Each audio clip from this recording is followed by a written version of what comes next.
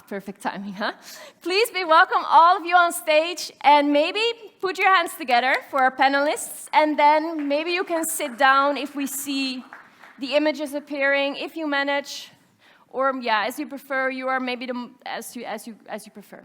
Feel free to take a seat like that, or maybe if you're the moderators, maybe it will be better. Sorry about that.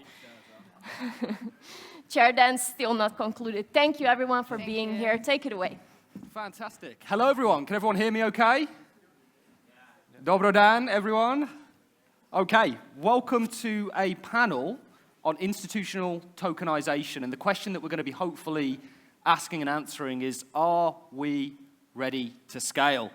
To set the stage, no pun intended, the SEC's Paul Atkins announced this year Project Crypto, in which, quote, a new era of financial markets is underway. And they're looking to leverage tokenization to do this.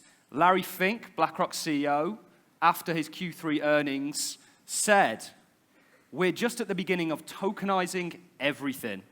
DTCC, who some of you may be familiar with, some of you may not, are looking to leverage this technology to bring their $100 trillion worth of assets under, or essentially move them on-chain, allow this kind of integration with the on-chain world to take place. The ECB's Christine Lagarde, of course, has been very vocal on the digital euro and urging European governments to move towards allowing legislation for this. The European Securities and Market Authority is also looking to enable legislation and actually piloting DLT pilots as we speak. The Bank of England, a few weeks ago, announced the launch of their DLT Innovation Challenge. The Reserve Bank of Australia is doing a similar thing with Project Acacia. And of course, Swift mentioned their shared DLT just a few weeks ago at Sibos. So, pretty bullish on tokenization, right? And I'm delighted to be sharing this stage with Filip, the co-founder of Pazar, Marina, the co-founder and executive director of the EUCI, and Miroljub, the capital market strategist at the Belgrade Stock Exchange, who just gave a brilliant presentation. So welcome, guys. Let's kick things off with a little bit about why you guys think institutions are looking to tokenize. What's the unlock here? Maybe we'll go from the far side and work our way around with Miroljub. Okay, thank you for this introduction. So, as I just a couple of minutes before said, there is a lot of problems in the current capital markets, and it's a very heavy process that are involved in capital markets. So maybe this new technology could optimize those costs, etc., but also procedures. So in that sense, why not experiment, why not try, and why not see what potential could be from these new technologies, new procedures, new ideas. So if you are closed for everything, you will definitely miss something. So I think the markets should try and should go fully on this new technology. So fantastic. And Filip? Well, except for the fear of missing out, if everyone is doing that, you should try to. Yeah, I think it's, at least for me as someone like dealing with crypto, is like just superior technology. Why? And not just experimenting in most ways. Like we can see now with all this stablecoin buzz happening around us, those are basically tokenized fiat. Yes. Happening on public blockchains mostly. And what does it mean? Miroljub was talking about stock exchange, for example. If you want today, me as a users don't think about it. But what is raising costs and complexity? If you want to trade, I don't know, Apple stock from the US, it is sitting in Central Securities Depository in New York. And then most of the European institutions are not member of that CSD. They are not holding the asset. But I don't know, JP Morgan Global Securities is holding the asset.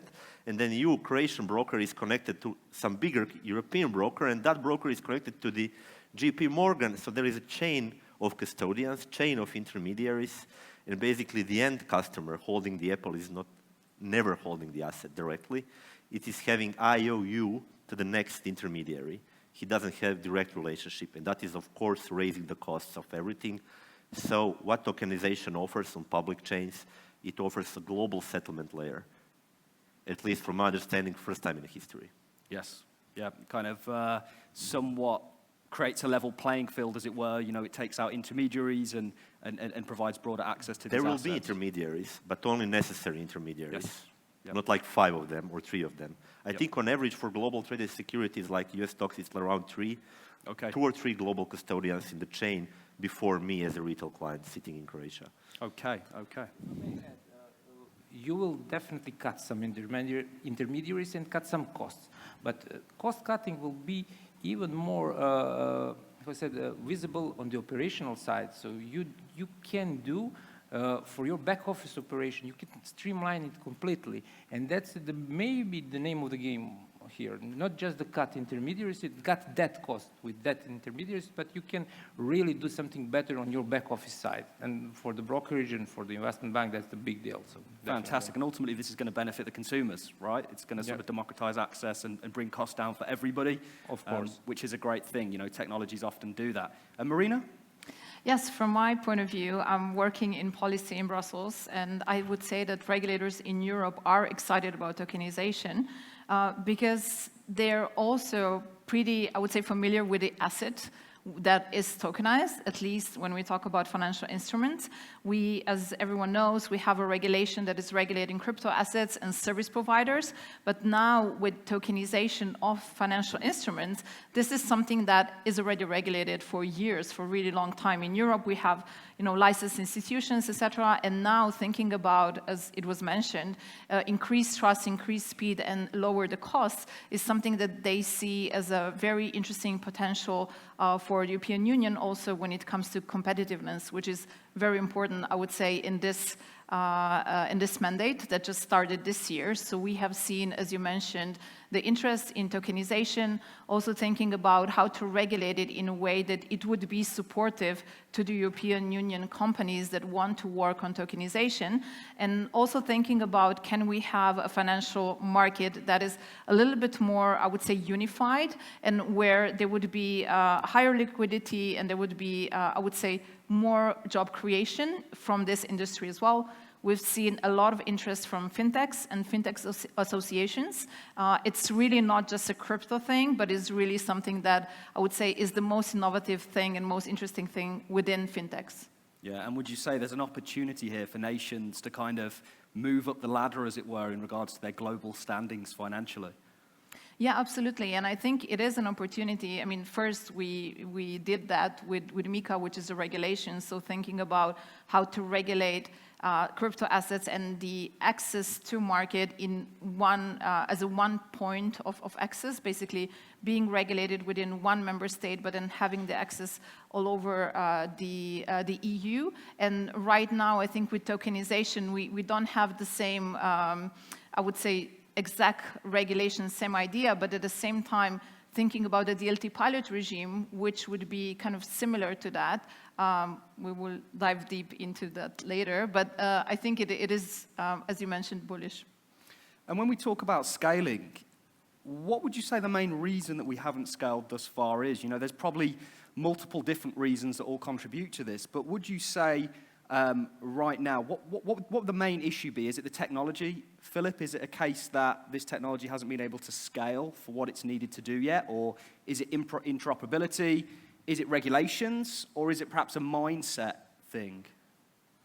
Very interesting question. And I would say like mindset culture, if I need to pick just one. The reason for that is like we are always living in some sort of pet dependency trap. We are using the old way of doing things because everyone is used to that. If you watch fintech in general, like digital finance would scale mostly like in Far East Asia or Africa, where they didn't have like ATMs or physical banks, present. So it was much easier to develop something new.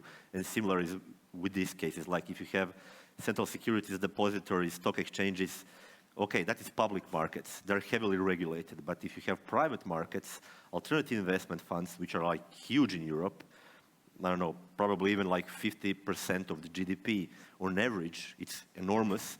And it's not so heavily regulated because it's traded on like business to business side and institutions. They can do lots of experimentation and really utilize public blockchains, tokenization, everything of that, and have benefits on that. They are just not doing that to the large scale. Why? I would say pet dependency trap mindset and culture. And when we are talking about the heavily regulated public markets, then yeah, definitely it's about interoperability, technology, and especially regulation. But we are always dealing with the public markets, and those are the heaviest one. But I think we should deal with those lower private alternative markets. Why? Because they're huge, and you have more freedom to develop new stuff. Yeah, absolutely. And Miroljub, would you agree with that?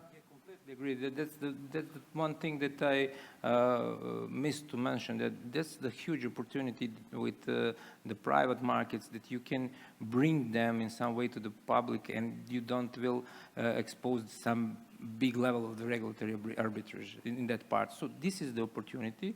So you can bring liquidity for us, especially from the small markets. You can give them more interesting investment opportunities to the general public. So you can make your markets more appealing to I don't know, institutional investors. So if you can bring some part of the private markets on chain and tokenize it. Yeah, there's a real opportunity here, and I think that's ultimately why this technology is going to scale and get adopted, right? And it goes far beyond tokenization, but that's, of course, what we're here to talk about. So on the topic of regulations, Marina, I'm going to come to you. Where are we in the EU specifically around tokenization? Would you say right now we have a kind of regulatory framework, a broad regulatory framework that is going to allow for the tokenization of markets, for institutions to leverage this technology? Yeah, I mean, when it comes to tokenization, we can tokenize many different assets, and as Filip mentioned before, the very successful first use case of tokenization were stablecoins. If we think about financial instruments, they are, of course, regulated with MiFIR and MiFID, but what was interesting in the past as well was that we have a type of a sandbox that is called the DLT Pilot Regime that, in a way, exists for several years already, and it was not very successful in terms that we did not have a lot of companies that went through the pilot regime, and they're operating within the regime.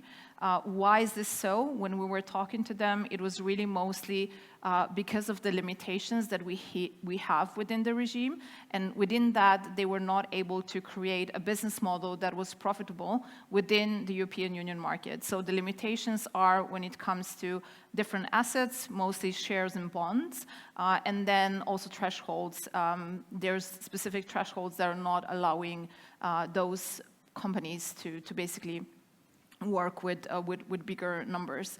And another very interesting one was timeline. So the pilot regime was supposed to be public for a few years, again, as a sandbox, and for us to see how it looks like, and then decide what to do next. And as I said, the European Commission has decided that this is an important strategic topic for the EU, and right now they are reviewing the DLT pilot regime. I think we're going to have a new draft very soon. We're going to see how it looks like, but to the discussions that we're having with them, we do understand that they are going to take into consideration the feedback that they got from the companies, because we already heard that some of them are just going to leave and focus their activities in the US. So that's definitely something that we don't want. We want everyone to be welcome in the EU, and I think that the Commission is taking that very seriously. So it looks like it is an optimistic sign. Yeah, I think the fact that the ESMA, the European Securities Market Authority, have actually been working on this for so long, obviously I think shows where this technology is going. There's an interest here. It's just about getting it right, I think. And like you say, I think what's been done so far perhaps has been a hindrance. You said it wouldn't have been feasible for it to take place. It's perhaps about righting those wrongs and moving forwards. Filip, do you have anything to add to that in regards to what they've been doing? If I understand your question correctly, maybe it's not really politically correct to say, but I would frame it that way. I think that European institutions very often, I had the opportunity to work within the European Council on DLT Pilot Regime and MiCA. My sense is that they are talking about innovation, but it's not just innovation theater, they are actually blocking real innovation. Okay. Like there will be a DLT Pilot Regime, we will make a sandbox, we will open up to the new technologies and put so many limitations that it's basically impossible to make a business use case to develop one. The real problem is why we don't have, at this very moment in Europe, level 1 regulation that is enough technologically neutral, like CSDR securities, or MiFID that I can at this moment develop something on the public blockchain. The reason for that is not level 1. The reason for that is level 2 regulatory technical standards and implemented technical standards developed by European Commission and ESMA, who are very technical, very prescriptive. So if you open MiFID, I can use public blockchain. If you open CSDR, why not? And then you open 20 and something RTSs, 1,000 pages of technical documentation, wow. And they basically completely kill technological neutrality, and that is the problem. They're not focusing on principle and goals, they're focusing on really putting the checkboxes that, at least in my opinion, like from the legal point of view, kill opportunity to innovate. And then you have that pet dependency trap I mentioned. If you want to talk with the licensing departments about do something on the new stuff, they will always look to the history and prior applications, which are based in the old technology. And they will not have the language to understand you. Yes, yes. So would you say that regulations thus far have sort of hindered innovation, not enabled it? Yeah. One is politically goal, one is like something we can advertise, we want innovation, and there is obviously results, and we always repeat them. So after 20 years of the same results of innovation on every level, not just in financial technology, not really happening in Europe, we may ask ourselves, maybe proclaimed goals are not really the goals we want to achieve. If we are always repeating the same legislative mistakes and wanting to make a new business in Europe, but it's fleeing on the other continents, then obviously we are doing something wrong. And if we are repeating that non-stop, that can be like pure coincidence. Yes, yes, yes. And you mentioned MiCA. Now, MiCA is a very hot topic. You know, it's really concerned around money. Do you think there's any kind of benefit with or to MiCA regulations in regards to tokenization? Do you think these go hand in hand? You know, what's your sort of thoughts on this? I will try not to be so negative. I think like MiCA is focusing not on the tokenization side, only on like pure crypto assets. Yes. Except on the terms of stablecoins like e-money tokens and asset reference tokens, which have their own problems. Nevertheless, to answer your question, I think it is in the end pretty positive. Okay. Because like really not open to innovation, European legacy banks, credit institutions like payment service providers, eventually they are slowly opening to crypto. They are going for the e-money license to issue e-money tokens.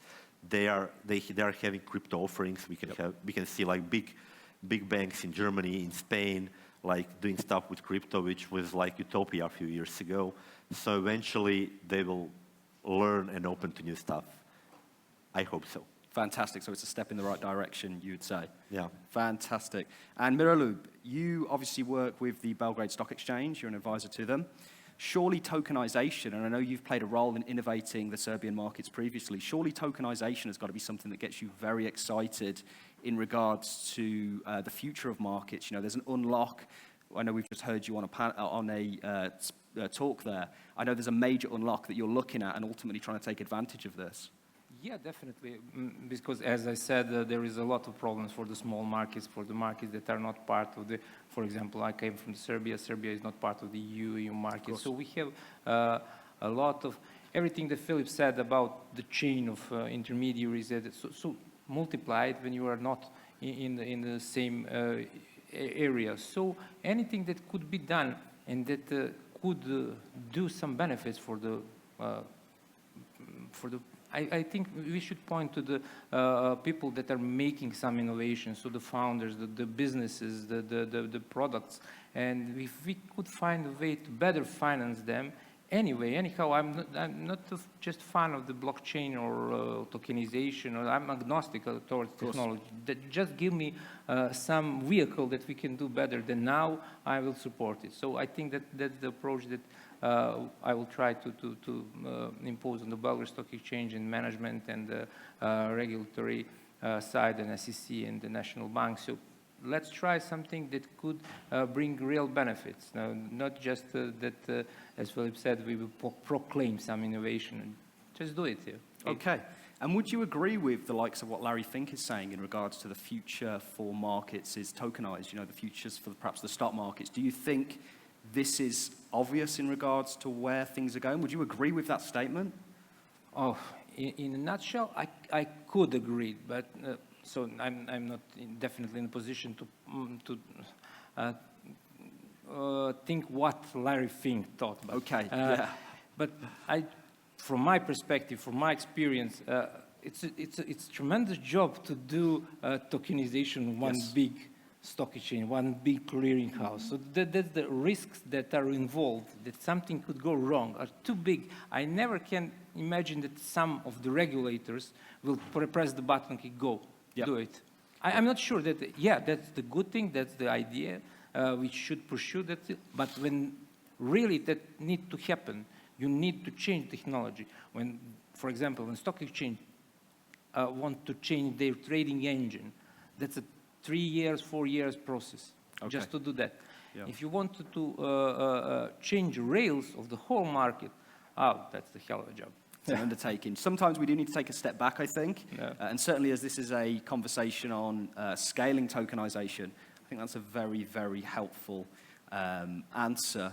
And I think I want to come to you now, Marina. How important do you think it is that people adopt or institutions adopt this technology? Is it a kind of do or die thing, akin to perhaps people failing to recognize what the internet brought about and going out of business as a result of it? What do you think about that? How important do you think it is people understand this technology, they're not ignorant to it, and they look to embrace it? That's actually a brilliant question, because during the last mandate, when we were discussing MiCA, there was not a discussion around technology. We really regulated only assets, and we did define the DLT as a technical layer in MiCA, but it was very, very broad. And right now, when it comes to tokenization, I think it's really important for everyone in the space, like all the stakeholders, to understand the technical background. And it would be the regulators, mostly related to also what Filip mentioned before, where we need to take into consideration the specifics of, let's say, public blockchains, which we did not know existed before. And that means that specifically when we work with like the level 2s, so guidance and standards, we do take this into consideration, even if, let's say, a layer level 1, as Filip mentioned, was not aiming of limiting the specific, I would say, the use of a specific technology like public blockchains. It might happen later in the level 2s, and that's not something that we should allow. Like, it's really important for associations like ours and others to look into those regulations, give feedback, discuss with ESMA, EBA, and other supervisory authorities about these topics. It is also often asked, what is the difference between a public blockchain or a private one? We've seen a lot of new layer 1s being announced recently as well. And I think that it is something that is a business decision that everyone has to take. But ideally, the regulation would be tech neutral, so everyone would just be able to decide what to use. There's a lot of challenges that are being proposed when it comes to, let's say, the use of public blockchains, but I think there's also a lot of positive aspects and opportunities there, especially when we think about, I would say, liquidity. The liquidity of stablecoins and other assets are very important, but specifically stablecoins when it comes to the DLT, because it is used as a settlement layer. And right now that we don't have yet the digital euro, which is something that, of course, the European Commission is proposing, it is working on, it's going to take quite a long time. It is really one of the most ambitious political projects in the EU. We do have stablecoins, and they're opening up a lot of possibilities. So thinking about liquidity, I think this is definitely something that everyone is thinking about when they think about tokenization and the successful business model, distribution, and other challenges like privacy that are being solved recently, and they're really, I would say, focusing. They've been a big focus of the industry, specifically in the last weeks. So yeah, it's something that is evolving, but I think that we're going in the right direction. Okay, and do you see a future on public or private blockchains? What do you think wins out? I mean, there's probably going to be a bit of both, right? But what do you think is more dominant, the public blockchains or the private ones? I would say that it will be different for different use cases. Like the crypto native are definitely public blockchains. There's a lot of liquidity of stablecoins, as I mentioned, mostly on different blockchains that we are aware of. But in the future, hopefully, the new, I would say, stablecoin issuers, let's say new banks that were also announced as issuers recently, we will have specific, let's say, European-backed stablecoins. Those are going to bring new users to blockchain and to stablecoin usage. So I think both can coexist: the existing use case base, and then the new consumers that are coming through different banks and more institutional rails. Fantastic. And I guess the last question that I've got for all of you, and we'll start with you, Miroljub, is: are we ready to scale institutionally tokenization? Yeah, definitely. I think we are ready to scale, but to what extent, I'm not sure. So let's start it and let's see first examples. As far as I know, it's 18 bonds, government or sub-governmental institutions that are currently issued on chain. That's a small number still. Yeah. So we need to do that a little bit more, so have full-fledged institutions involved in that process, and we will see how it ends. Fantastic. And Filip? I think we are, especially because of the rise of the stablecoins. They're bringing means of exchange to be fully on the public blockchain. So when you have means of exchange, which is fiat, you can make any kind of asset to be traded against it. Yep. And eventually, when you have global settlement layer, there will be jurisdictions and markets that will do it first. And when you see, maybe Miroljub or someone, I don't know, have more insight, but if you see digitalization of financial capital markets, the markets that were small, they lost liquidity to the bigger markets who basically digitalization make rails for the investors to move there. And this will happen with the tokenization. Jurisdictions that embrace it will just gain more investors from the rest of the world, because they can be stopped. You just can't make a garden and put them inside. Fantastic. It is open. So we're going to see a bit of a race take place. And Marina, lastly from you? Yeah, so recently I was present at an event in Brussels where they were talking about tokenization, and the opening was 5 years ago, all these institutions that are present here were not interested and would never come to such an event. So I think we're ready. The institutions are looking into this, and I think the regulators are also working on that, so we are. Fantastic. Well, the last thing for me to do is thank my panelists and thank the audience. It's been a great day so far. Thank you, everybody, for showing up. And, yeah, thank you guys for being on here with me. Thank you.